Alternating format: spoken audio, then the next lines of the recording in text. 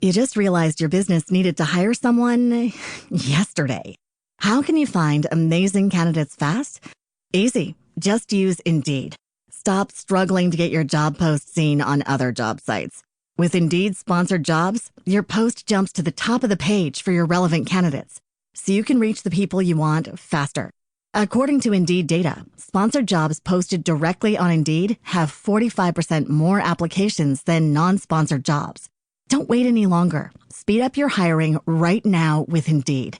And listeners of this show will get a $75 sponsored job credit to get your jobs more visibility at Indeed.com/kidsandfamily. Just go to Indeed.com/kidsandfamily right now and support our show by saying you heard about Indeed on this podcast. Terms and conditions apply. Hiring? Indeed is all you need. Pet Life Radio. You're listening to PetLifeRadio.com. Welcome to Animal Rights on Pet Life Radio. You're here with your host, Tim Link, and I thank you for joining us today. We've got another great, exciting show. My guest today is author and studio animal trainer Sue Chipperton. And Sue will be here talking to us today about a recently released book, A Famous Dog's Life, the story of Gidget, America's most beloved Chihuahua. It details the life of Gidget, the famous Quiero Taco Bell dog, and the fascinating world of Hollywood animal training, because Sue does a lot of that. And we're going to talk to her about how she goes about doing that and some of the dogs and animals that she works with. But first, I want to tell you a little bit about an article I read about dealing with cat hair.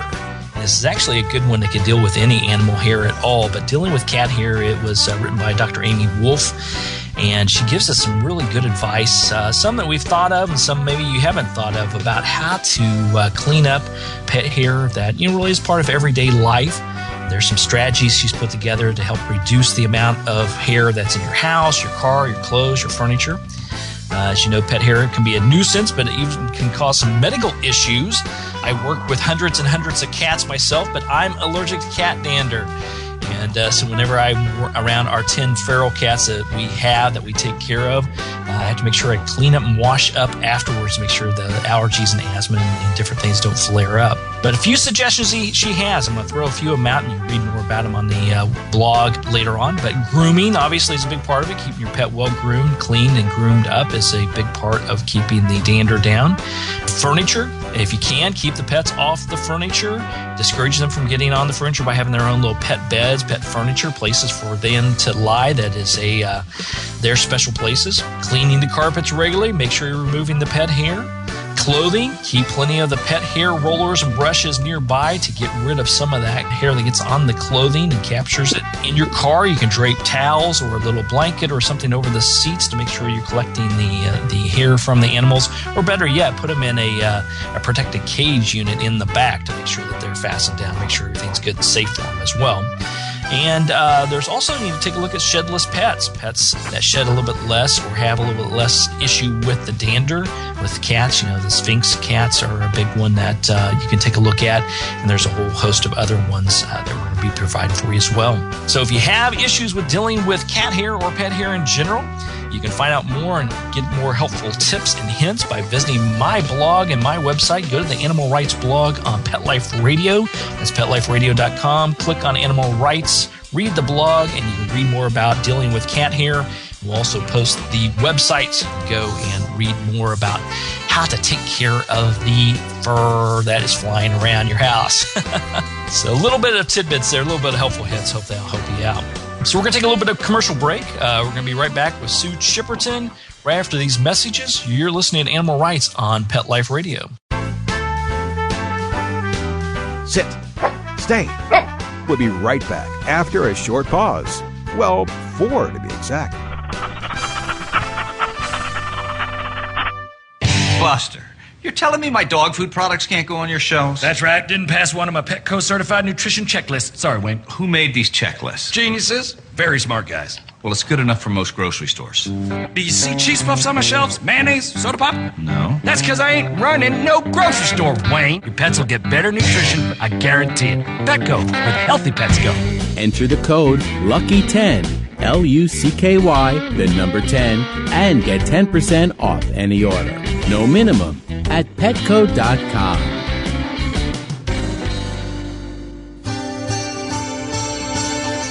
play tennis because I love to. But inside, I want to win. Take away the court, the net. I might not be a player, but I'll always be a competitor. Lady Foot Locker understands that. Lady Foot Locker, the first to carry Adidas off-court shoes and the gear that goes with them. If you play your best, there's no regret.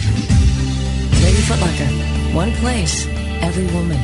Go to ladyfootlocker.com and enter the code AFANW1LF to get 10% off any order of $50 or more. Or enter the code AFANW2LF to get 15% off any order of $75 or more at ladyfootlocker.com.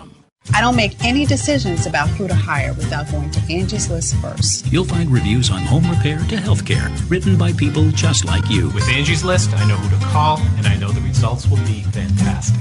Angie's List, who you can trust. Go to angieslist.com/rights and get 25% off any subscription. That's angieslist.com/rights, WRITES. This year, Americans are expected to spend a jaw-dropping $36 billion on their pets. From lighted leashes to high-end spa products, the discriminating pet owner can find just about anything to pamper his or her pet. Hi, this is Michelle Fern. Join me every week for Best Bets for Pets, where we'll talk about the latest pet products and talk to the companies that make them. Best Bets for Pets, every week, only on PetLifeRadio.com.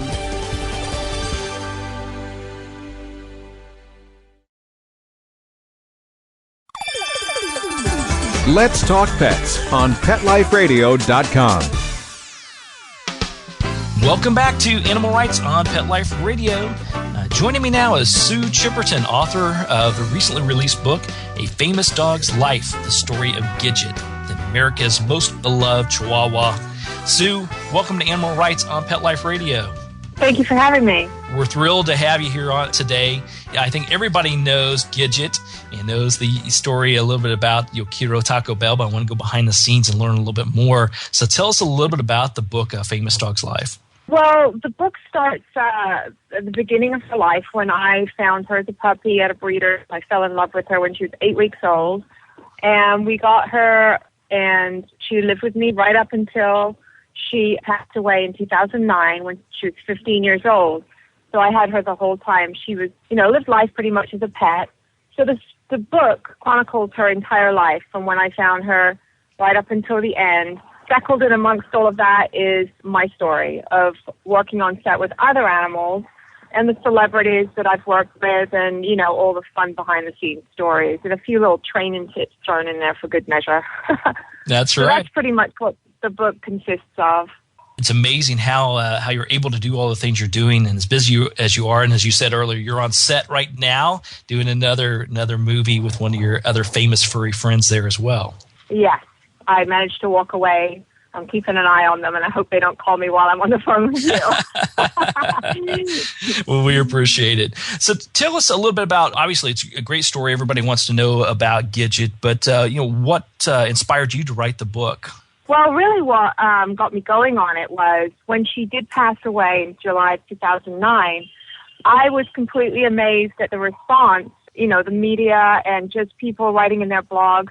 It was CNN, ABC, all the networks, the late-night talk shows, they all mentioned that the Taco Bell dog had died. CNN did a tribute. All the national newspapers, once the Associated Press picked it up, then it was everywhere. And I spent 3 days doing interviews on the phone, and to me it was just amazing that, this little dog hadn't even been on television in 7 years. That was, how long it had been since the last Taco Bell commercial. And here we are 7 years later, and people are still remember who she is and love her. It was crazy. It was really crazy. So I just had the idea that, it's an interesting story to tell. There haven't been that many stories about famous dogs and how they got started and, all behind the scenes. And seeing that she is so well known, it seems like, a good thing to do. Absolutely. Well, I know I've got my complete set of stuffed talking Gidget Quiero dogs of my prized possessions, so I still got those. I hope they're still in the bags. Because I know. No, I didn't keep them in the bags, and they won't be on when we posted for sale. They're my prized possessions. Yeah, the true collectors, they keep them all bagged up so they're brand new, and then 50 years down the road, they're worth a fortune. That's right. Well, mine's in sealed containers, and they'll definitely be there, but they're going to stay in my possession, that's for sure. So with Gidget, obviously, you, as you mentioned, you found her. She was in your life the whole time. She was with you until her transition. But how did you know that Gidget had what it took to take to the commercials and the television and everything that she did? Well, the thing is with puppies, you never know. And that's true for a pet. You don't really know what you're getting. I mean, if you get a purebred dog, obviously you have kind of an idea because you can look at both parents and previous litters and see what you're getting. But, if you get a young dog from the shelter, there's no real indication what you're going to end up with. And when you get a puppy, especially if there were no parents there, I think the lady that had her had the mother or something, and it wasn't really I think it was an accidental breeding. So when I saw her, it was just, initially it was her personality. 8 weeks old, there she was, jumping up and down and outgoing, and just seemed like she had a really cute, and of course she was adorably cute, but, which puppy isn't adorably cute? But, I've had puppies before that I've trained them, and when they get to about 2 or 3 years old and they start to go out on jobs, and they just don't work out. Their personality isn't suited to be a dog working on set or mingling with lots of people, and we find homes for them. So there really is no way of telling what you're going to get when you get a puppy. Now, the other side of that is when you get an adult dog from the shelter, you have a better idea when you're getting an adult dog, what you're getting when you go see it. So it's a lot of work to put. That's why we try and adopt everything. Most of our dogs are adopted from shelters because you put 2 or 3 years in from a puppy and then it doesn't work out. That's a lot of time. Yeah, absolutely. And you're helping those animals out. And like you said, if it doesn't work out, if they don't settle into the work, you're finding them great homes to boot. So that's a win-win situation. Are there certain things you look for when selecting an animal to work with? Well, I'm sure every studio trainer has a slightly different outlook. We all train the same thing, but we all have different slightly different, ways of going about it. There's 100 ways to train a dog to sit. But for what I personally look for when I'm in a shelter is I want the most obnoxious, outgoing, fearless dog that is in that shelter. And of course, they have to have a look. I mean, when I'm going through the shelter, I'm not just going to get a dog that doesn't seem to have the right look. For instance, and this sounds kind of weird, but dogs that have straight up pointy ears are not cast as much as dogs with the floppy ears. It's just you get to know what gets cast for movies and television and commercials over the years. So you try and look for what you think would be a good look. Now, when you find something that looks good, you then, of course, check out their personality. So if you're walking in a shelter and there's 200 dogs barking and going off and, somebody's walking through there and dropping trash cans and the dog is just standing there with his feet up on the gate, wagging his tail, and he's able to interact with you, that's amazing. That in that environment, that stressful environment, he can do that. So that's what I look for. I don't want the dog for studio work that is sitting in the back of the run with his tail tucked between his legs. That might make a good pet. But for me, I need something that is not going to be intimidated, is not going to be shy, and I don't have to fix a lot of problems, behavioral problems. Absolutely. I mean, obviously being on a studio set, whether you're talking about television or for film, there's a lot of people running around doing a lot of different things being bumped into, and it's not always quiet on the set. No, definitely not.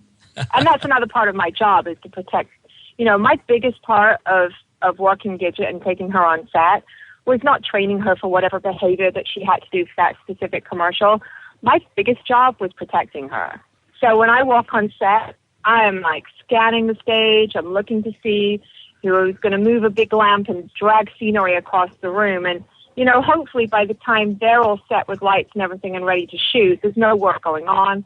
And I walk onto a quiet set with her. But inevitably you get one person that forgets there's a dog on set and will go drop an apple box or, make some loud noise, and your dog jumps 10 feet in the air and, whips around and is now jumpy because he's expecting loud noises every 2 or 3 minutes. So my biggest job is to protect my dogs when I go on set and always look for danger. That's good. That's a good thing to do because, especially when you're talking about someone a little furry when the size of Gidget can be very easily lost in the shuffle.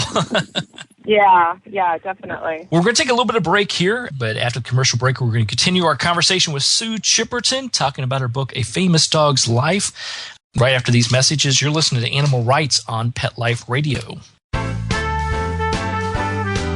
Sit. Stay. We'll be right back after a short pause. Well, 4 to be exact. Love your pets but wish their medications were a lot less expensive? They are at 1-800-PET-MEDS. You'll not only save on flea and heartworm medications, but on prescriptions for arthritis, incontinence, thyroid, and more. And you get fast service, free shipping, and a 100% satisfaction guarantee. Plus, our licensed pharmacists ensure accuracy, monitor drug interaction, and more. See why over 5 million people have trusted their pet's health to 1-800-PET-MEDS, America's largest pet pharmacy. Call now or order online. Go to petmeds.com/lucky, LUCKY, to get 10% off any order and free shipping on orders of $39 or more at petmeds.com. There's a movement afoot. ShoeBuy.com. Join the millions of people who shop ShoeBuy.com's over 400 brands and 500,000 products. Order now and get free shipping and free return shipping. ShoeBuy.com, the world's greatest shoe store. Walk your dog in style and comfort. Enter the code LUCKY, LUCKY, at checkout and get a 10% discount plus free shipping at ShoeBuy.com. How would you like your business to reach out and invite in our audience? We have a brand new trademark concept called Info Seeds. Info Seeds are short 20-second seeds of information about your place of business, practice, or service. We only have a limited number of slots left. For more information, visit PetLifeRadio.com. Click on sponsorship information. There you can listen to a sample of Info Seed or email us at PetLifeRadio.com. Remember, only a limited number of opportunities are available.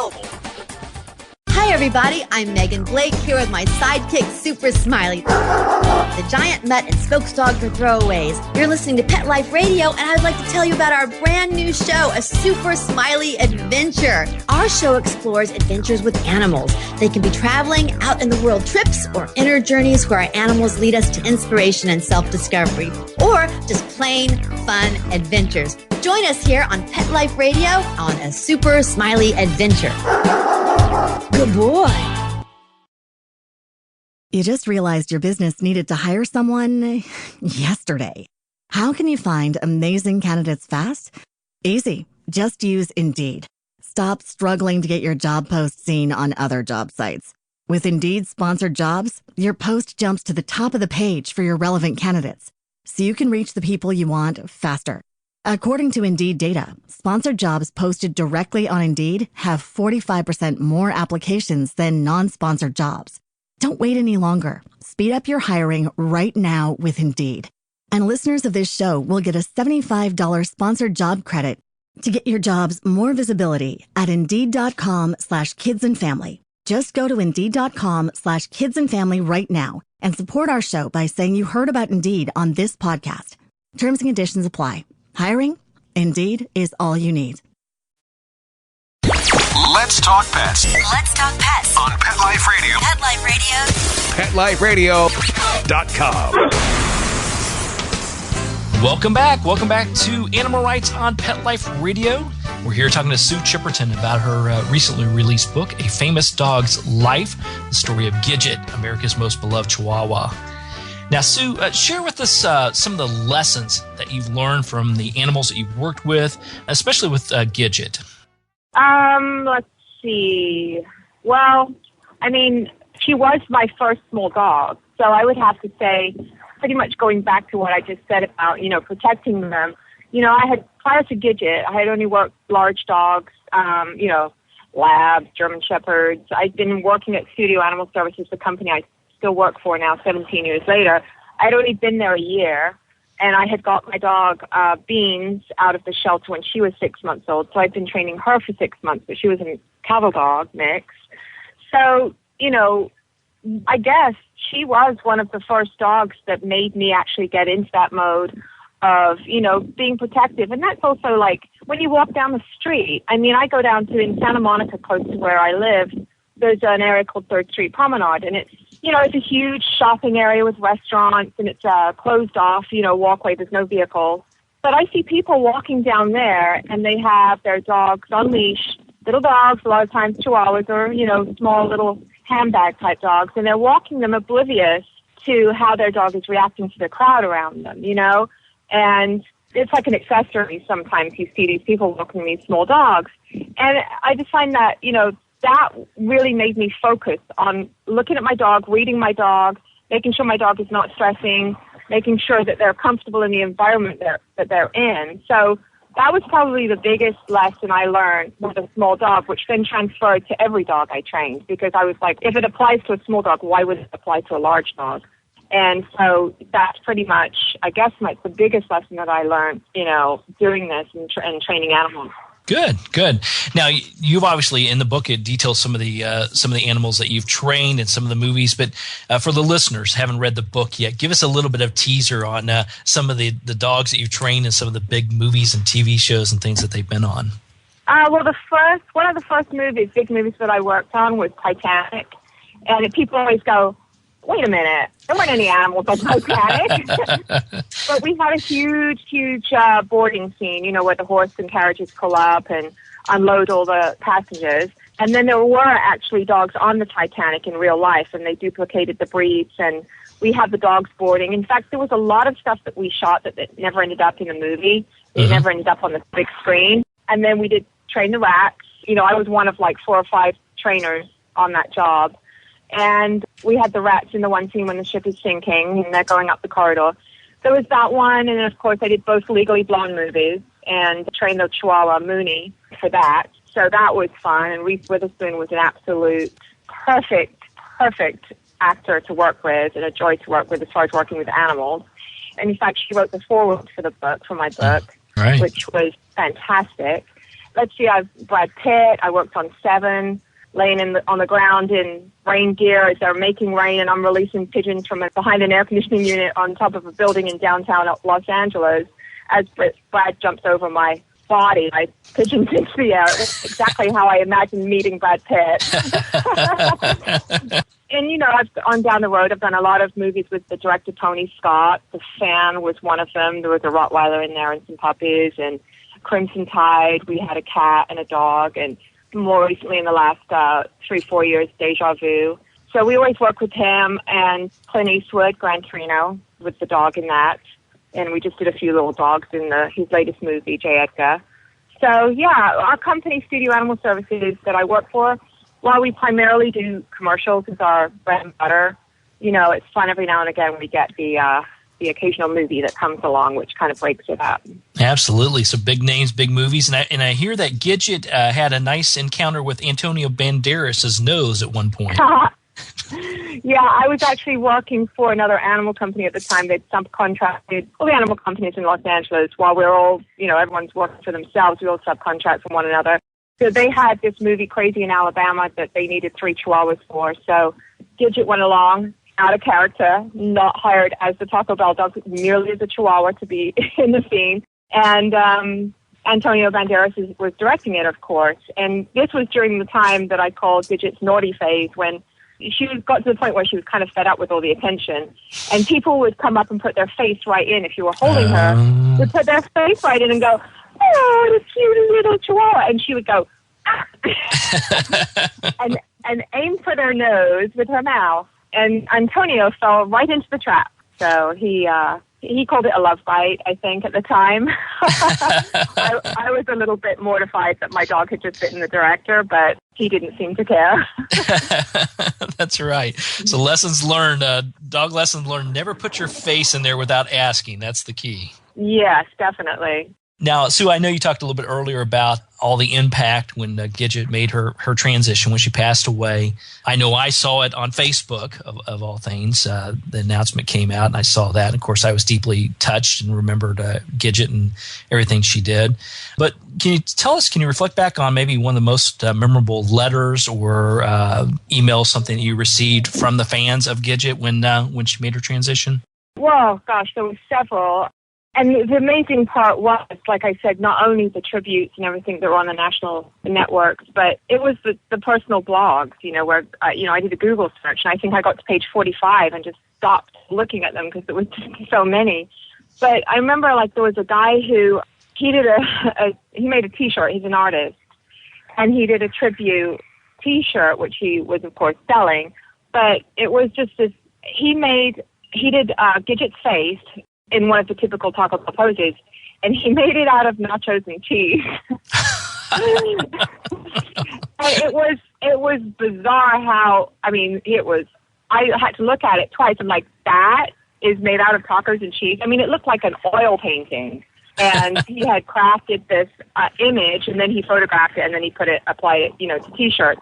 But, things like that. I can't actually pick out one specific letter, but, just the things that people did like that was so nice. And other people, did collages and stuff that they had of her. And it truly was just amazing the amount of people that blogged about her the days after. Yeah, absolutely. And the transition, making the passing that our animals make, obviously have a big impact on us. And I know one of the last chapter is one of the toughest ones for me to read about her transition. Tell us a little bit about that, not the whole process, but what's that impact and how does that impact you on a personal level? Well, it's, obviously it's hard with any dog, but, the other thing that was hard for me, and I'm just so glad I was home, is I travel so much and I always have someone stay at my house. So I was extremely grateful that I was free home and some poor, dog sitter, house sitter didn't have to, call me up and tell me, because it was a shocking, to see your dog laying there and she had a stroke, she's completely paralyzed. Is like, I had no idea what was going on. I was just all kinds of things through my head. And I was hysterical all the way to the vet. And so it was extremely hard. And then, in 15 years, she's always there, and she used to sleep on the chair next to my bed in her own bed. So, you go to make the food for all your dogs, and you put down their dog bowls, and suddenly there's not, Yeah, it's tough. It's I always find that I have two schnauzers myself, and my boy Woody passed away last July, and I still find it surreal today, to not have the additional bowl there, and feeling him around me, knowing, remembering him and feeling him around me, but yet he's made his transition. To me, it's very happy at times, sad at times, but very surreal. It just doesn't seem possible. Well, you can find out more about Sue Chipperton in her new book, A Famous Dog's Life, The Story of Gidget, America's Most Beloved Chihuahua. You can go to her website by going to afamousdogslife.com. Pick up the book. You're going to love it. Obviously, everybody knows Gidget, but there's some great stories about all the other dogs and the great things that Sue does. You can check her out as well. So the book's called A Famous Dog's Life, The Story of Gidget, America's Most Beloved Chihuahua. Go to afamousdogslife.com, or you can go to the Animal Rights blog, and we'll have something there as well. So, Sue, I want to thank you for joining the show today. Thanks for being on Animal Rights on Pet Life Radio. Thank you for having me. So we're coming to the end of the show today. I'd like to thank everyone for listening to Animal Rights on Pet Life Radio. Also want to thank Sue Chipperton for being on the show today. Thank you to our sponsors and producers for putting on another wonderful show and making this all possible. To find out more about me, Tim Link, and other guests that I've interviewed, as well as guests I'm going to be interviewing, you can visit the Animal Rights Show tab and blog on Pet Life Radio. That's petliferadio.com. Click on Animal Rights. Check out the blog. Listen to all the interviews we've had and keep posted, because we're always putting new interviews on there. So while you're there, also check out all the other shows and hosts that we have. It's a cavalcade of celebrities and wonderful hosts, great topics about animals. It's at petliferadio.com. If you have any questions, comments, or ideas for the show, you can email me. Email me at tim@petliferadio.com. That's tim@petliferadio.com. And I will answer any questions you've got, entertain any comments you have. Let me know who you'd like to see on the show, and I'll do my very best to bring them onto the show. So until next time, write a great story about the animals in your life. Share it in a blog, article, or in a book. Who knows? You may be the next guest on Animal Rights on Pet Life Radio. Have a great day. Let's Talk Pets, every week on demand, only on PetLifeRadio.com.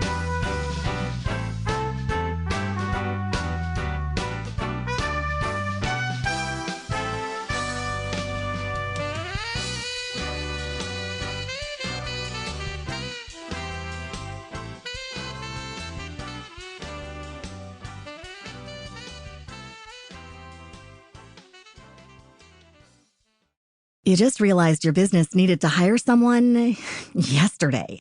How can you find amazing candidates fast? Easy. Just use Indeed. Stop struggling to get your job post seen on other job sites. With Indeed sponsored jobs, your post jumps to the top of the page for your relevant candidates, so you can reach the people you want faster. According to Indeed data, sponsored jobs posted directly on Indeed have 45% more applications than non-sponsored jobs. Don't wait any longer. Speed up your hiring right now with Indeed. And listeners of this show will get a $75 sponsored job credit to get your jobs more visibility at Indeed.com/kidsandfamily. Just go to Indeed.com/kidsandfamily right now and support our show by saying you heard about Indeed on this podcast. Terms and conditions apply. Hiring? Indeed is all you need.